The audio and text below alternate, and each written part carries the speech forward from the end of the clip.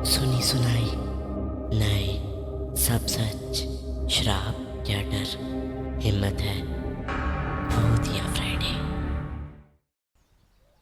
मध्य प्रदेश के एक शहर छतरपुर के पास चारों ओर खेतों और घने जंगलों से घिरा हुआ एक छोटा सा गांव है, जहां पर बहुत ही खुशमिजाज लोग रहते हैं। वहां अपनी रोज की जरूरतों को पूरा करने के लिए लोग खेती करते हैं और उसी से अपना गुजारा चलाते हैं।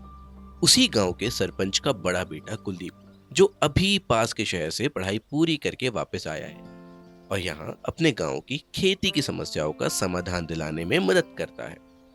कुलदीप बड़ा ही समझदार और स्वभाव का मिलनसार है, और वैसे ही हैं उसके दो और दोस्त अंकित और हिमांशु, जो हमेशा उसके साथ रहते हैं, भले ही वो मस्ती मजाक करने के लिए या फिर कहीं कोई और जरूरी काम में मदद करने के लिए।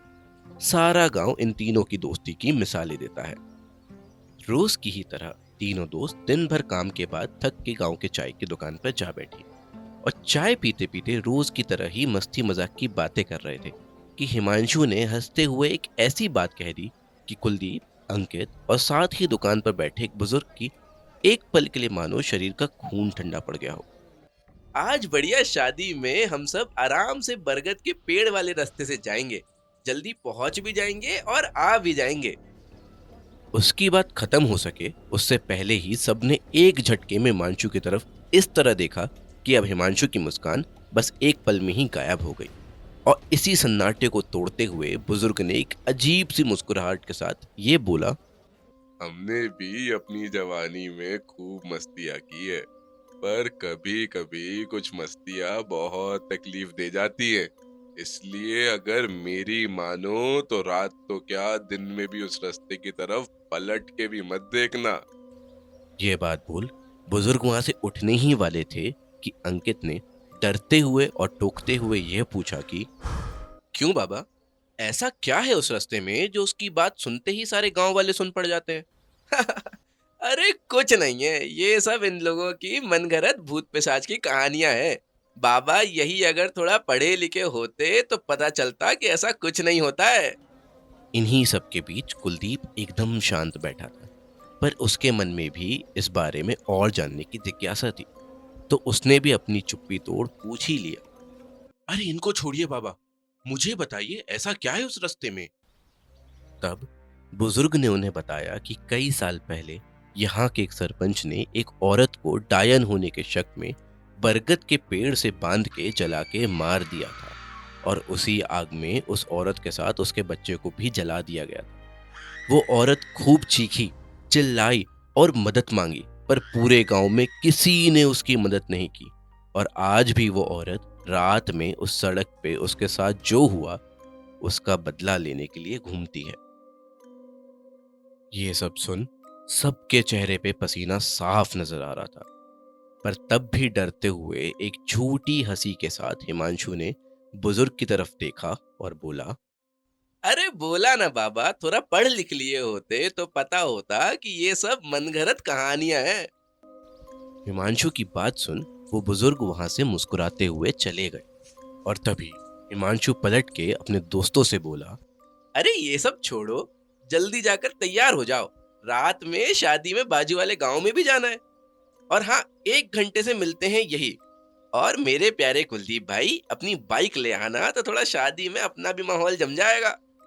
ये बोल तीनों दोस्त बुजुर्ग की बातें भूल हंसी मजाक करते करते घर चले आए, और तैयार होकर तीनों ही कुलदीप की बाइक पर शादी के लिए बाकी गांव वालों के पीछे पीछे चले गए।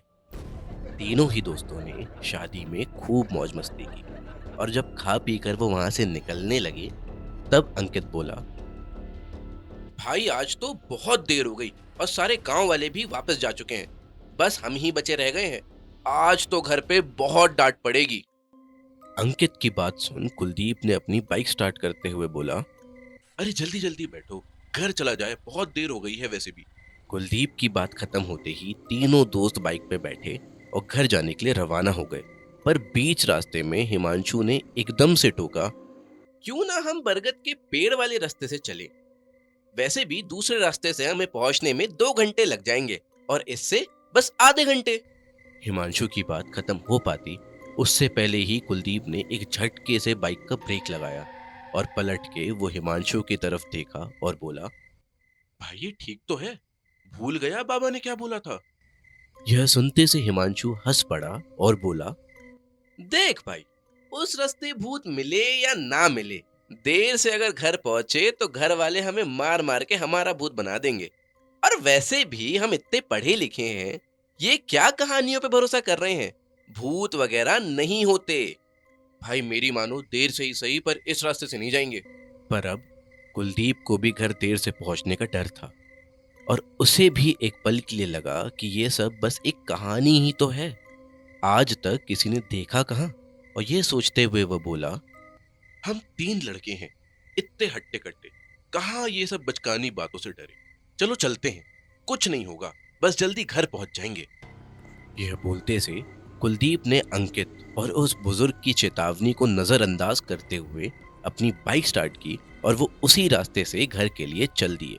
रास्ते भर कुलदीप और हिमांशु अंकित के डर का मजाक उड़ाते हुए, हंसी ठिठोली करते हुए चले ही जा रहे थे और अंकित डरते हुए चारों ओर अपनी नजरें दौड़ा रहा था।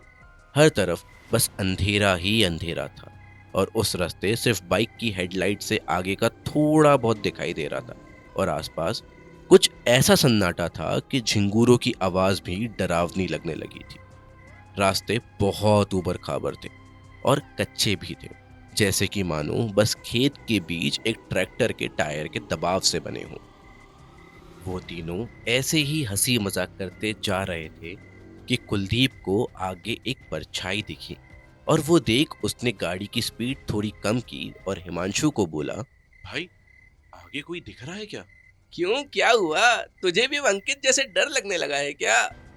और ये बोलते बोलते हिमांशु ने भी आगे ध्यान दिया तो उसे भी एक औरत की परछाई दिखी और उसे लगा कि उनकी ही तरह कोई शादी से देर से निकला होगा और इस रास्ते से जल्दी घर पहुंचने की कोशिश कर रहा होगा। हंसते हुए वो अंकित से बोला, देख भाई, एक इस लड़की को और एक तुझे, तू हमारे साथ होकर भी डर रहा है और ये अकेले भी आराम से पैदल घर जा रही है। चल तो कुलदीप, देखा जाए कौन है। हिमांशु की बात मान कुलदीप धीरे धीरे बाइक बढ़ाते हुए उस महिला तक पहुंचा जो अभी भी एक सुध में सीधे चली ही जा रही थी। और जैसे ही वो उसके पास पहुंचा, मानो तीनों को सांप डस गए। उन तीनों ने कुछ ऐसा देखा था कि अब उनकी सारी बातें और पढ़ाई धरी की धरी रह गई। उनके सामने एक आधी जली महिला एक मरे और जले हुए बच्चे को अपनी गोद में लिए एक मुस्कुराहट के साथ इन तीनों को देख रही थी। और जैसे ही उसने इनकी तरफ धीरे धीरे कदम बढ़ाना शुरू किया, कुलदीप ने अपना होश वापस समेटकर तेजी से वहां से बाइक भगाई। अब तीनों ही एकदम शांत थे और उस ऊबड़ खाबड़ सड़क में बचते बचाते बाइक भगा रहे थे। थोड़ी दूर पहुंचने पर जब हिमांशु को लगा कि अब बच गए और यह सोच जब वो पीछे पलटा तो उसने देखा कि वो औरत भी उनके पीछे उसी बाइक की रफ्तार से बच्चे को गोद में लिए एक हाथ इनकी तरफ बढ़ाए दौड़ती आ रही है, मानो बस किसी भी पल हिमांशु को खींच ही लेगी। पर कुलदीप ने गाड़ी और तेज की और जैसे तैसे उन्होंने वो रास्ता खत्म कर गांव पहुंचे। और तब हिमांशु फिर डरते डरते पलटा और देखा कि पीछे अब कोई नहीं है, बस कुछ भारी कदमों की आवाजें दूर जा रही है। कुलदीप, हिमांशु और अंकित अब तीनों ही पसीने से लथपथ थे और उन तीनों को ही तेज बुखार आ चुका था। वो जैसे तैसे अपने घर पहुंचे और वो रात बिना सोए ही बिताई, क्योंकि जब भी वो अपनी आंखें बंद करते तो उन्हें वही औरत एक डरावनी सी मुस्कान के साथ अपने बच्चे को गोद में लिए इनके तरफ भागती हुई नजर आती। सुबह सारे गांव में इस बात का ढिंढोरा पिट गया कि ये तीनों रात में उस रास्ते से आए और इनको कुछ दिखा। और यह सुन वो बाबा भी इनसे मिलने आए और बस इन्हें देखकर एक अजीब सी हंसी के साथ बोले, कहा था मैंने, कुछ मस्तियाँ बहुत तकलीफ दे जाती है, पर तुम उससे मिले बिना माने ही कहाँ। बाबा की बात खत्म होते के साथ ये तीनों के शरीर का ठंडा पड़ा खून अब काटने को दौड़ रहा था और उनके साथ पिछली रात जो कुछ भी हुआ वो उनकी आंखों के सामने फिर से आ गया। आज वह रास्ता एक पक्की सड़क बन चुका है और वहां हर तरफ लाइटें भी लग चुकी हैं। पर आज भी देर रात उस सड़क पर जाने से हर इंसान बचता है। अगर आप भी विश्वास नहीं करते हैं तो हम आपका इंतजार करेंगे उस सड़क के दूसरे छोर पर। भूतिया फ्राइडे पर हम हर हफ्ते लेकर आते हैं एक नई और खौफनाक कहानी, इसलिए सब्सक्राइब जरूर करें।